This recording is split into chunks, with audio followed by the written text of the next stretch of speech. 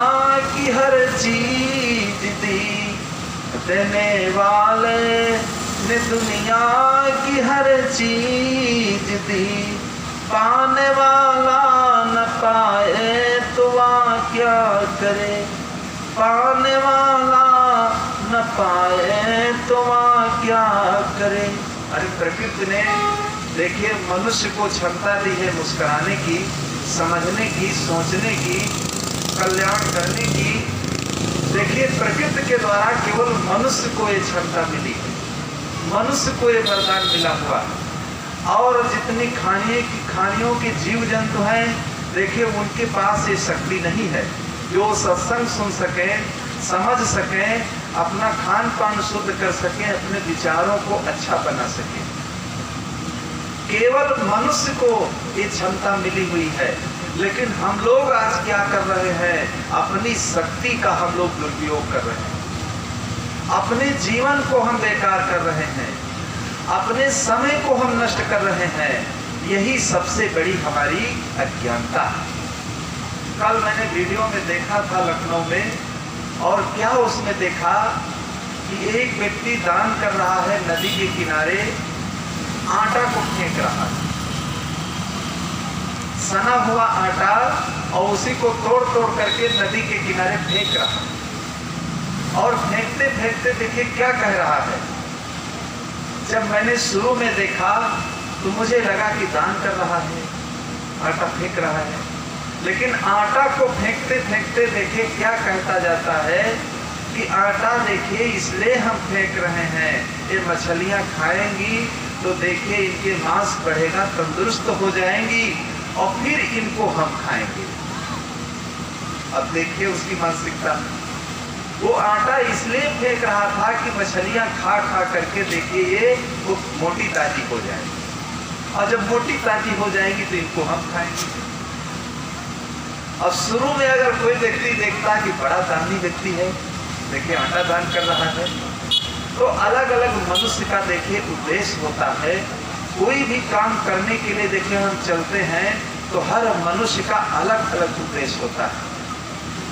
अब क्या उद्देश्य है, किस मनुष्य का कैसा उद्देश्य है, वही व्यक्ति समझ सकता है कि हमारा क्या उद्देश्य है, हमारी कैसी मानसिकता है, हमारा कैसा विचार है, हम कैसे इस जीवन को व्यतीत करना चाहते हैं, इस जीवन रूपी गाड़ी को किस रूप से हम चलाना चाहते हैं।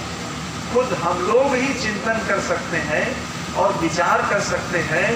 अगर हमारी गाड़ी देखिए गड़बड़ चल रही है तो उस गाड़ी का हम सुधार भी कर सकते हैं। ऐसा नहीं है कि हमसे कोई गलत काम हो गए हैं तो जीवन में हम सुधर नहीं सकते। बहुत बड़े बड़े लोगों से गलतियां हो जाती हैं, लेकिन जो गलती का सुधार कर लेता है, अगर गलती रुलाती है तो राहें भी दिखाती है, अगर गलती रुलाती है तो राहें भी दिखाती है। मनुज गलती का पुतला है, वो अक्सर हो ही जाती है।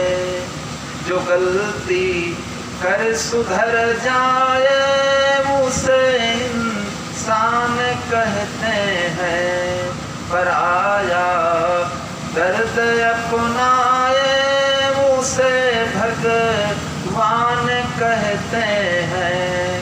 किसी के काम जो आए उसे इंसान कहते हैं, किसी के काम जो आए उसे इंसान कहते हैं। अगर गलती रुलाती है तो राहें भी दिखाती है, और मनुष्य गलती का पुतला है, वो अक्सर हो ही जाती है। हर आदमी से गलती हो जाती है, क्योंकि ये भूल का शरीर है, ये भूल से शरीर बना हुआ है, तो भूल होना आवश्यक है। भूल हर व्यक्ति से हो जाती है, लेकिन कोई अगर गलती हो जाती है, उस गलती का अगर वो व्यक्ति सुधार कर लेता है, वो बुद्धिमान कहा जाता है। और जो बराबर गलती ही करता रहता है जीवन भर, वो बुद्धिमान नहीं कहा जाता। तो बुद्धिमान वही व्यक्ति है, बुद्धिमान वही व्यक्ति है जो गलती का सुधार कर लेता है और गलती का विचार कर लेता है और दोबारा उस गलती को नहीं करता, वही बुद्धिमान व्यक्ति कहा जाता है। तो हर मनुष्य का कर्तव्य है कि ये जीवन कितना अनमोल है। ये अनमोल इसलिए इस जीवन को बताया गया है, अनमोल इसलिए जीवन है जिसका दुनिया में कोई मूल्य ही न हो, दुनिया में जिसका मूल्य ही नहीं हो वो उसको अनमोल बताया गया। लेकिन हर चीज का देखिए मूल्य होता है, जमीन का, जगह का, संपत्ति का, धन का, लेकिन हमारा जो जीवन है ये अनमोल, ये अनमोल है। ये अनमोल इसीलिए कहा गया है कि एक एक अंग देखिए इसमें के बहुत कीमती, लेकिन हम लोग क्या करते हैं, इसको करोड़ों के मोल इस जीवन को गंवा देते हैं, इस जीवन को हम बिल्कुल बेकार कर डालते हैं। इतना हम इस जीवन को बेकार कर लेते हैं कि हमारा जीवन इतना मटमैला हो जाता है कि आगे मनुष्य जीवन पाना ही देखिए हमें असंभव हो जाता। और जब मनुष्य जीवन से हम वंचित हो जाते हैं तो अन्य खानियों में न मालूम कितने गलत काम करते करते करते करते फिर ये मनुष्य जीवन मिला है। लेकिन मनुष्य जीवन में आकर के जो करना चाहिए, जो हमें अपने जीवन में हासिल करना चाहिए, देखिए